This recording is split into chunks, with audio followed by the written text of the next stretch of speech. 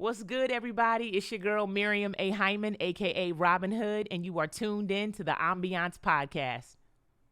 What up, everybody? Welcome to Ambiance Podcast. I got a very special guest sitting to the cross of me. She goes by the name of Miriam A. Hyman, a.k.a. Robyn Hood. How you doing, Robyn Hood? I'm good, man. How you feeling tonight? I'm feeling good. I mean, I'm blessed with your presence here. And right when we met, you had so much energy. And I love that. I thrive off of that. So I appreciate you bringing that energy into this space, because this space, we're called Ambiance for a reason, right? That's right. I appreciate it. I'm smiling real hard right now. You can't see me. You can't see it. Yeah, you can't even see it because we got the mask on. I think this might be the very first podcast ever. Let me tell you with something. masks on. When I was walking over here, I said, yo, this is the new way that we're going to be doing things. Yeah. Just real talk. That's how it is. So, let's just get accustomed to it. And talk about that. Why is it so important for you to wear masks even when we're doing an interview like this? I think just right off the bat, I've been paying a lot of attention to the news lately, and they're talking about these droplets, the droplets being in the air, and just how we can really make sure that we're preventing passing any type of, virus, even if we're asymptomatic, by just wearing these masks. So you're not only protecting those individuals that are across from you, but yourself as well. So I just want to make sure that I'm just trying to, just play my part, you know what I mean? And just be consistent. So whether I'm walking in the street or I'm having an interview, I wear the mask. Yeah. To be the opposite of what Future said, fuck it, mask off, we going mask on. You know what I mean? Exactly. Yeah, and I love that because you're kind of being a part of the solution, not a part of the problem, right? Exactly. And that's very important into today's society right now with everything that's going on. There's a lot of people that are part of the problem right now. Well, I'm glad you said that, because I like to think of myself as a problem solver. So, I'm here to rectify the situation as best as I can. I love it. I love to hear it. Yes, indeed. So you are an extremely talented individual. You have dipped your hands in a lot of different things as far as entertainment.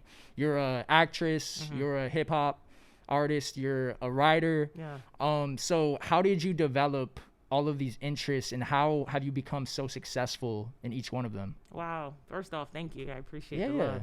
I think my creative venture started with me being, an actress as well at first, just wanting to hone my craft in that regard. And I became really interested in wanting to act after seeing a film at a very young age.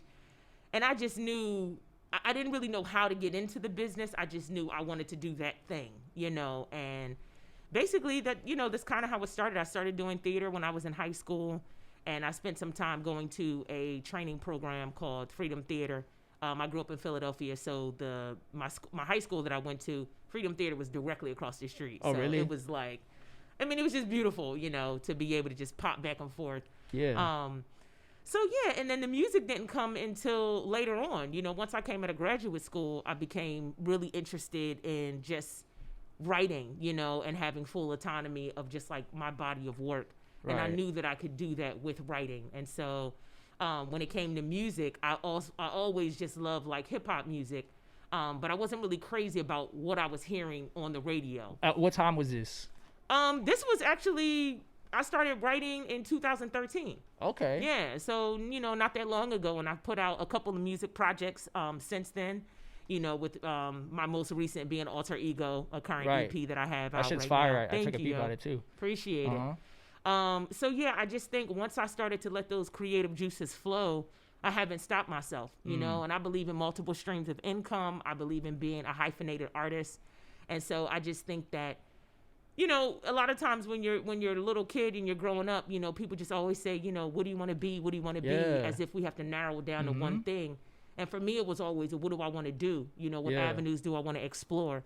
And there's a lot of avenues out here. And so I'm going to explore all of them to the best of my ability. Yeah. But, I'm a Libra. And so I need balance in my life. And so I don't think I can operate by having just one focus, in that regard. So I just got a lot of different interests, For you, is it like you set a certain threshold or goal for yourself? An example, for example, for like theater, right? Mm-hmm. or acting. Mm-hmm. So once you reach certain heights and certain goals in that area, you're like, all right, what's next? What other interests do I have, and how can I become successful in that area? Yeah, I think pretty much. Or if I see something that I'm interested in, something that maybe I've never tackled, then it's like, that becomes like just a new obstacle. Right. And so it kind of takes me back to the acting because, when you're in acting, there's an objective, that you have. And so in order to reach your objective, you have to have different tactics. Got you. And, to reach your goal, ultimately, it's like, what do you want, Mm-hmm. And so for me, if I want success, if I want,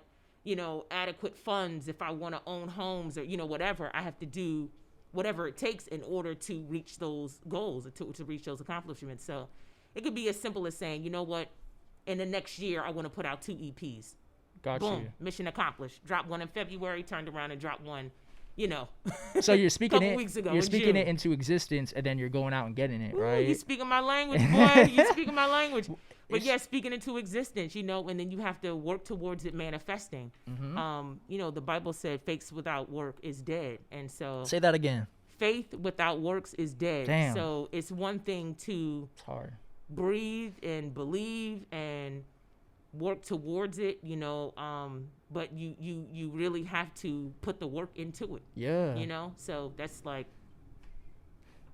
major key. Yeah, no, that goes without saying, because there's a stigma out there that's just like, you need to speak it in existence in order for it to happen. And it's like, okay, that may be true. Yeah. But you can't just say some shit's gonna happen and then do nothing and expect it to happen. Exactly. Exactly. 100%. And so I think we know people like that, Mm-hmm. and it's just like, wow, you're stuck. Yeah. You're just stuck. You haven't figured out a way to, get out of the current situation that you're in. You haven't figured out a way to create, new comfort zones.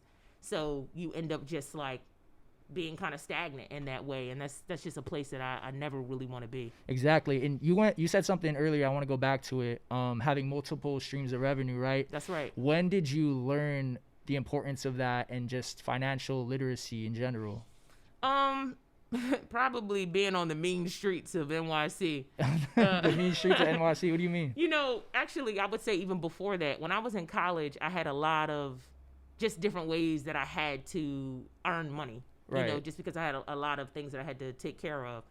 Putting myself through school was one of those things. And so, just to have to pay rent, to have to put gas in your car, to have to pay to get your laundry done, like those things cost money. Yeah. That's just where we are in terms of our society. So I was doing all types of stuff. I was promoting, for artists. I worked at Banana Republic. I used to work for a company where we did clown parties for kids on the weekends. Wow. Yeah, man. Like, what age was all this? This was all during, when I was in college. So, Okay. What are you, 19, 20? You know what I'm saying? So that's just where I was. It was just like, you got to make money. You have to feed yourself. You're in college. It's like you got to, do whatever you have to do by any means necessary. And you're still taking classes. You're still doing theater and everything. You're still making it happen in areas, most definitely. right? And like with the promoting, that was something that I did late at night, or it was something that I did on the weekends. Like I was a part of a street team called Department of the Streets. And, we were promoting for a lot of artists that were coming out of Philly, the Beanie Seagulls, their whole State Property crew. And so just Eve, a lot of these individuals that were coming up, on the Philly scene. So at night, when it was the clubs were open, we would go to the clubs, put out, sprinkle flyers, give, free music to DJs, different things like that. I think they call that guerrilla marketing, right? Oh, like that. Yeah, Department of the Streets. So yeah, exactly what we were, putting up flyers, on poles at night, But again, we were hungry, coming up in Philly, you had to do whatever you had to do to get to, the next level. So that's just what it was. It sounds like Philly had a pretty big impact on the person that you've become to be today, right? Most definitely. I mean, that's where I began. It's when I started to learn what I know. Right. It helped to just kind of rooted me. And yeah, I mean, my hat always goes off to Philly. I always show Philly mad love. How can I not? What is it? How was it growing up in Philly? Because I mean, for me, it's like I've been born and raised in Los Angeles out here. Oh, so you had the good life. I mean, I don't know about the good life. There's still some areas. You know how it goes. Real. Yeah. Yeah, but Philly, what's it like out there? I mean, it was rough as hell. Yeah, growing up in Philly, we are the city of brotherly and sisterly love, but sometimes that love was cold, It was like, where is the love? Where is the love? But it was challenging. It was, growing up in an impoverished, inner city area, 1 of 7, a lot of kids in the house. But we were really focused, you know. Yeah. My parents had really great values, and so we just because we were from the city didn't mean that we had to be of it. And so there were just a lot of values that they instilled in us. So when we came up against a lot of challenging situations, obstacles, we were able to just maneuver, you know. And I like to say, you know, make sense of your situation.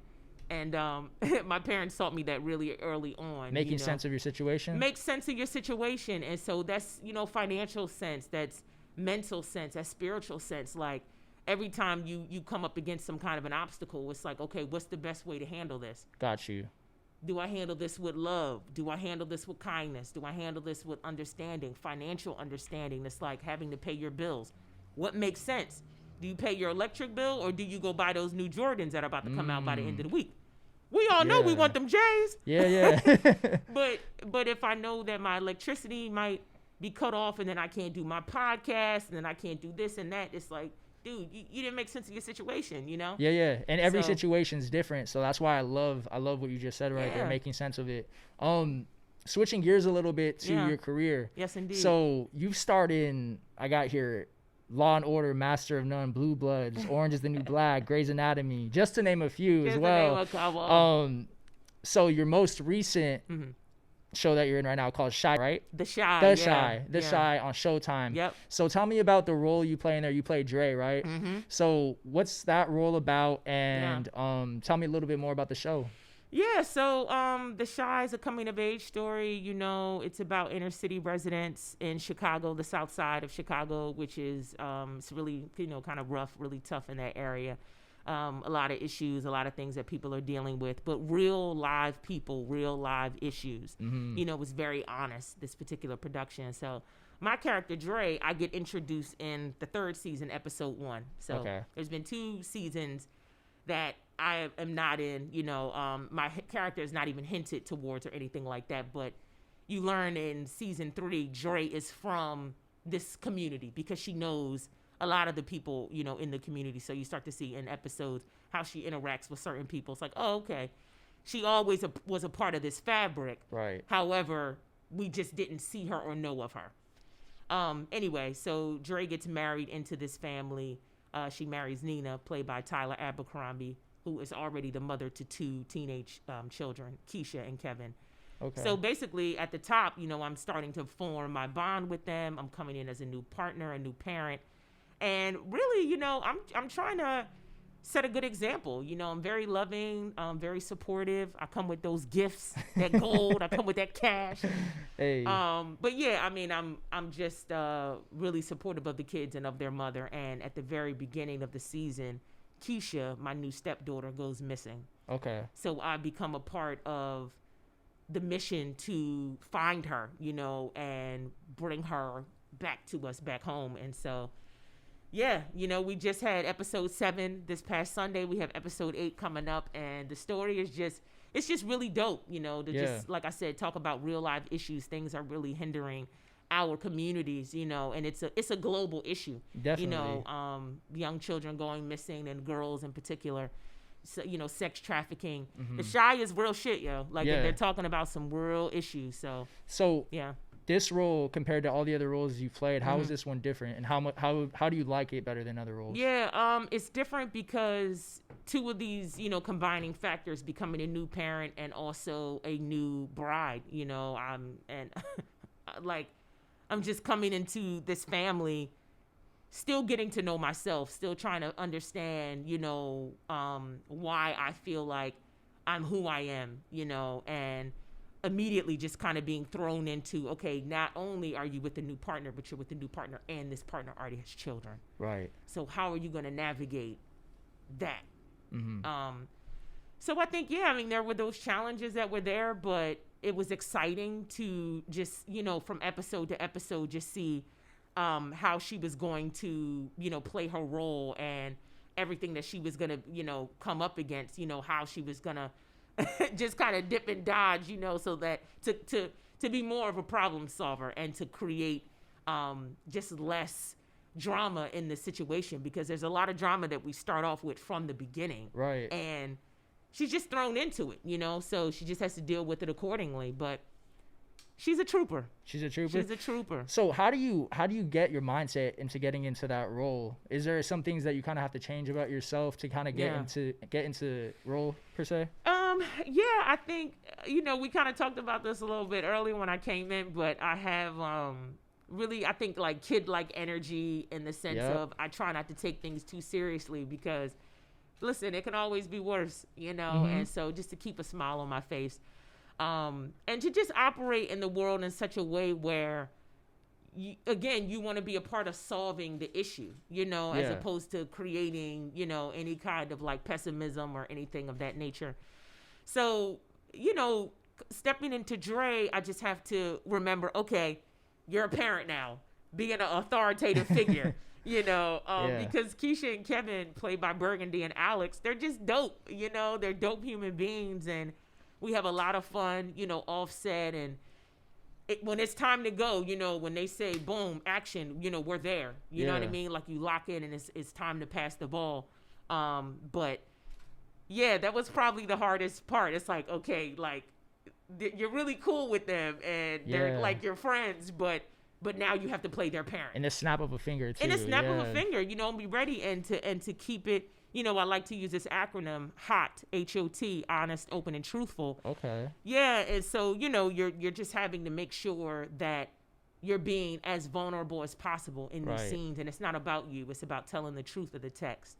And so whatever you're trying to convey in that moment, it's just like, okay, listen, let me just be open so it can flow through me. Got you. And I can just play my part, So all these skills that you've acquired, did you acquire them when you were going to theater school, or? Yeah, I mean, I think daily I'm acquiring them, learning more and more how to, learning more and more how to talk and listen, to just being vulnerable, being open, being very present.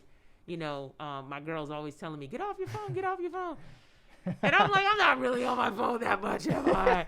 And then you look at like, she's like, she's like, look at the screen time. Look how long you've been on Instagram. And I go, and it's like 5 hours and 36 minutes. Yeah, Apple throw shade at you. They tell you, and I'm like, put your phone down. But anyway, so, it's that sort of a thing. But I'm looking at my phone, it says boss babe. And it's like, that's what I'm trying to do. I'm trying to handle this business. Yeah. It's our little reminder of who you are. That's all it is. Yeah, so she just looking at a reminder of who boss babe. But yeah, just trying to be really present and just be here, for my fellow castmates and just for my fellow citizens. We're all dealing with a lot right now. And I just want to, when I can, greet people with warm words and, just try to be as empathetic as possible right now. Yeah. It's important right now because now more than ever, people need that pick me up from somebody else. And the energy that you provide, people can feed off of it. I feel like it's contagious. Like, there's times where, like, I've had guests on here that are, too cool, like, what's up? What? You know what I mean? Where's that gonna get us? Exactly. When it kind of brings you down a little bit, you know what I mean? Like, it's okay because everybody's different, some people are introverts, so I'm gonna match the energy that you give. So when you come in here with this lively energy, it brings the whole room up and it allows me to be more enthusiastic. So I really appreciate you. Again, I'm smiling really hard right now. You see the imprint on my teeth, like. I can see the teeth right there. Yeah. So that's dope. Thank you. I appreciate it. Yeah, of course. So how does Miriam Hyman go from a young child born in Philly to theater school to becoming the successful actress to now coining the name Robyn Hood and becoming a hip-hop artist? How does that happen? It happens with a lot of hard work and perseverance, a lot of doors being closed, I'm about to get emotional. Oh, man. No, but, a lot of doors being closed, a lot of being told no, and having to turn those no's that other people are giving you into yeses for yourself.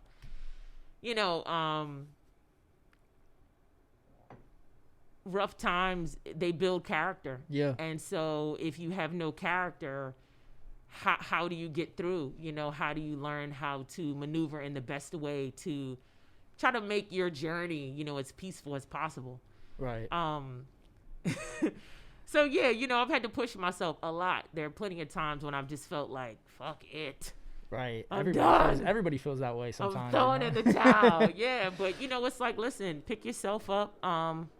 It's going to be tough, but you appreciate the journey so much more when you come through it. And it's like, wow, you know, you only regret the things that you don't do. Facts. Okay? Yeah. So if I went ahead and I put in that hard work and then you accomplish your goal, it's like, whew. And if it also makes it so if you come across that road again of difficulty, it's like, yo, I've been through some harder shit than this before. It's got nothing on what I'm about to face right now. Most definitely. And if you could be successful in this space that we're in this time right now, right. I'm not going to say nothing's ever going to be harder than this. You can never say that, but it's like, yo, this is a hard time for us. And if we're all overcoming this, it says a lot about who you are, you know? It says a lot about who you are. And, you know, again, the Bible talks about, you know, the Lord doesn't give you more than you can handle. And I have to use these references because I'm just a spiritual individual. And those are the types of things that help, you know, get me through. Of course. So, you know, it's just like that, you know, prayer, you know, God grant me the serenity, you know, so on and so forth. And it's just that the idea of the things that I have control over, guide me through those things. And the things that I don't have control over, let me just give it up to you. Let me just fall back. You know, let me just backseat this thing and just let you take the wheel. You know, one of the things I love is when I am hit with a challenging, you know, obstacle. I've gone through a lot of stuff. I've, you know, had days where I didn't know when my next meal was coming. I've had days when I've had to sleep in my car, like, you know, not knowing where I'm gonna sleep that night. Like I've been through some things, you know. And that's important for people to hear because they might see all the shine you have right now. Exactly. And people just think, oh, you've been crispy forever. Yeah, it's like, for real. no, you know, I've been burnt several times. No, but you know, that's just life, you know, when you have experiences that you're gonna come up against, you know. But again, it helps to build character. And so, you know, every time I had a friend say to me, you know, when you're down, you have to remember when you've been up, and when you're up, you have to remember what it's like when you've been down. Love that. And that just, it keeps me going because it's like, yeah, like, you know what it's like to be up. Yeah. You know what it's like to be stuck. You know what it's like to be down. And so if you just take that all into consideration, you know, it helps you deal with other people. It helps you, you know, deal with yourself. And, you know, I heard Dave Chappelle say, couple weeks ago, I was watching, you know, on Netflix, he got the Mark Twain Award. And he just said, you know, be kind to everyone and be fearless. And I heard that and I said, wow, you know, that really resonated with me because, yeah, like, who are you if you're not kind? Like, you can have all the money in the world. You can have, you know, all the items, all the materials, you know, whatever. But, like, if you're not kind, then you suck. Yeah. For real. You know what I mean? That's a legacy you're leaving behind. Guy. Like, yeah. It's just I don't want to be that individual. You know, I want to make sure that I leave a lasting impression, and when people walk away from having any type of encounter with me, it was a peaceful one. Yeah. You know, it was a thoughtful one. It was an open one. It was a honest, open, and truthful experience. I can get behind it. Most definitely. So you're always on the go. Like, you're always doing shit 24/7. Like, you got all these different. Well, not 24/7. My God, a girl's gotta sleep. But yeah. That's a exaggeration, but you're constantly busy, right? Yeah. I mean, you got a lot of stuff going on, whether it's acting or whether it's writing or whether it's music. For sure. So when do you find time to look back and reflect on what you've been through? And because I know looking back and reflecting also gives inspiration for moving forward. So when are some times that you find for reflecting on life? When I get off my phone, you know. It's hard. When I put my phone down. But yeah, I mean, I think when my phone is like my desk, and when I'm able to kind of step away from that for a second, it helps me get very just in tune to what is happening. And so I can really look out my windows in a different way and really see the world, and just doing really simplistic things like going on a hike, you know, just saying, yo, you know, let's just go sit in the park and, you know, have some lunch, you know, just real simple things. Let's go get a $5 burrito, you know, and just like sit out. And you know, my partner and I, we went owl watching. We didn't intend to go owl watching. No, we just went to the park. We were just like relaxing, and I looked up and I thought it was an eagle. I was like, baby, is that an eagle? And she was like, no, you know. And so, come to find out, it was an owl in an owl's nest. And we just sat out there for hours and just looked at the owls. And it was beautiful. It was amazing because, you know, it's during Corona, so there's not a whole hell of a lot that you can do right now. But I think that was one of the best days that I have had during this whole pandemic, because there was nothing going on but these owls and them being fed, and like they're, you know, it was just wild to just see how they were interacting, and just getting back to nature to me is like just getting back to God, like just getting back to the basics and what really matters. Yeah. You know, like it's a simple thing. They're just feeding their babies, you know, but that's what they have to do today. Like that's their task. Yeah. So it just gave it a moment of like, forget these mundane activities that you have over here. Just like take that in and embrace that. Like, look at how God is working right now with these owls. Like, it lets your mind go, right? It lets your mind go. You're just open to life happening around you, you know, and it's not about you. It's just a matter of just taking this in. So yeah, man, it was beautiful. You don't see an owl every day, neither. You don't. Yeah. I mean, when do you see an owl? Yeah. So, and it was an owl's nest. So there were a couple of them. Whoa, that's lit. This is dope, right? Yeah, it's cool. Yeah. So I can see that, because I mean, I find myself in times where it's unexpected, because you weren't expecting to go there and watch owl for a long ass time. We were just trying to eat those burritos. Exactly. So you got a show with the burrito too. So it's like in the least times when you expect for something like that to happen, it happens, and it centers yourself. Yeah. If I had said, "Oh man, forget those birds," and just was continuing to be on my phone, I'm on the gram or I'm on Twitter, you know, whatever. Yeah. I wouldn't have been able, to take in that experience, you know, and to just really witness that beauty in that moment. But I allowed myself that opportunity. I'm really grateful that I did. That's why I love this, you know, like podcasts, because at this present time, it's like, when do you ever get a chance to just sit down with somebody and talk for 30 minutes uninterrupted? When you reached out, I was like, oh, I get to be with a person? Hell yeah. You know, just like, and we're playing it safe, and that's what it is. You know, you have to just be really smart right now. Again, going back to making sense of your situation. But, you know, I have been, I'm very social. And so what Corona has taken away from me is that connection that you have with people, being able to create new memories. Yeah. You know, and if you're quarantining with someone, you know, you get to do that with the closest person to you. So quarantine has not been bad for me. But I'm just saying, like, you know, just being able to be in the theater. I'm an actor. I was supposed to do a show this summer, and we were unable, to have that experience because of Corona. However, we ended up doing a radio broadcast of that play.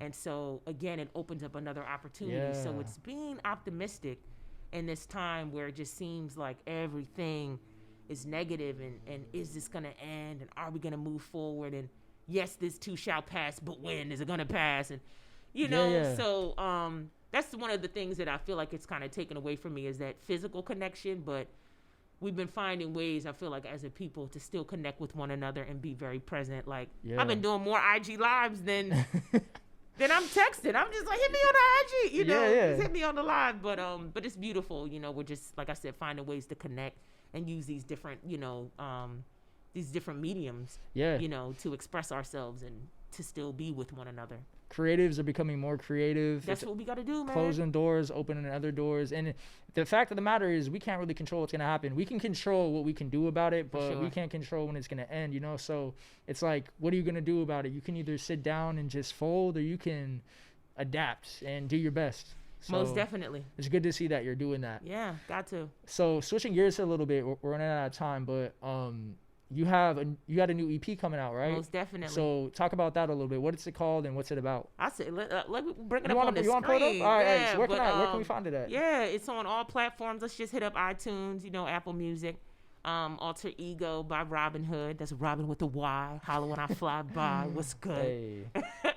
But yeah, so this new EP dropped in late June, and basically it's a compilation of 8 songs and 8 skits. Okay. The skits precede each song. Ooh, there she go. We're gonna plug Spotify. There she go. One time. There she go. Yeah, okay. But it was produced by a good friend of mine, Easto, aka Chris Herbie Holland. Really, really dope dude, up and coming producer. And yeah, so basically Alter Ego is about a conversation that Robyn Hood, myself, I have with a record label exec. And basically, it's a matter of, him trying to convince me that in order to sell, essentially, I have to sell out. I have to start to create music in such a way that is going to draw the masses in. So, right. Because my music is normally a bit more uplifting and motivational, they're trying to steer me in the direction of saying, listen, it's got to be more provocative, sex sells. You got to have, more risque language and so on, more of those themes. And I'm just like, well, I'm just trying to uplift the community. You know what I mean? Yeah. Like, that's kind of not why I got into this. It wasn't necessarily to make money, although I do believe in the multiple streams of income and what can come from being a creative in that fashion. Mm-hmm. But it was really to inspire, because I've been inspired by hip hop, so anyway, the character that I come up against is Mr. I Don't Care, and he is the record label exec for Screw You Records. And so, I play all the voices, that are on the EP, and except for one, which is my homeboy Easto. I have a phone call to him, and he plays himself.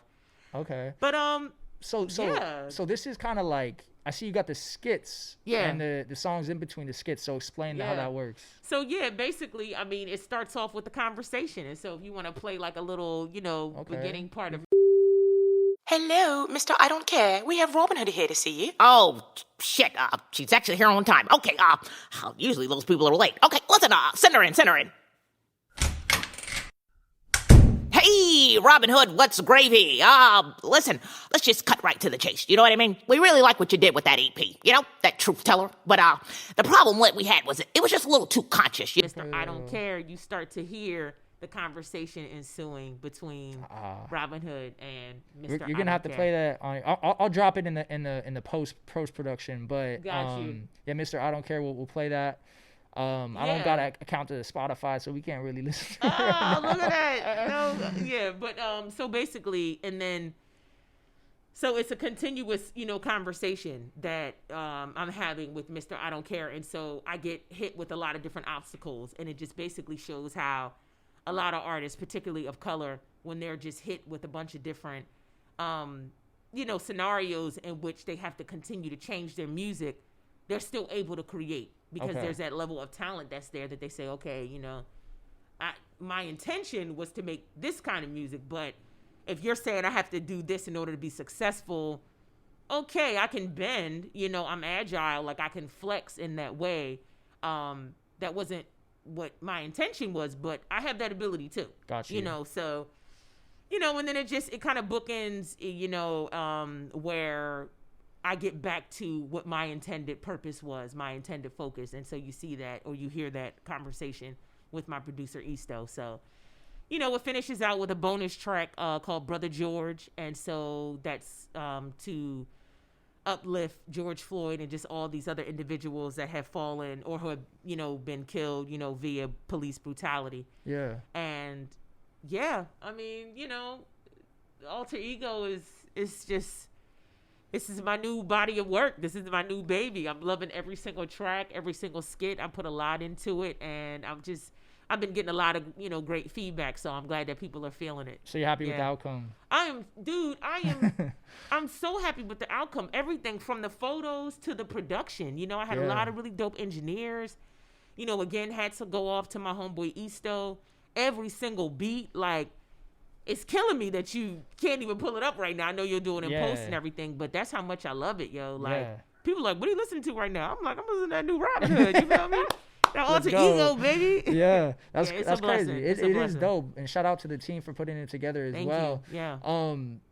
Is it difficult for like album rollouts now? Because the way marketing goes, a lot of times when you're rolling out albums, you're like, all right, when are we doing this show, this appearance, this and that. So how has that adjustment been for Alter Ego? It's been crazy because, a lot of interviews that I would normally have been able to take, radio station interviews, I've had phone calls, just like phone interviews and everything, but you're not able to be in the studio like you normally would, and even with The Shy coming out, I have, publicist team, like people working to, put me in situations where I can be interviewed. But it's just been really challenging right now, with Corona. So it's been great to see how creative people can be Yeah. You know, because we just have this challenge of you can't be with people. So it's like, oh, well, how do you promote your music? You know? Yeah, it's different.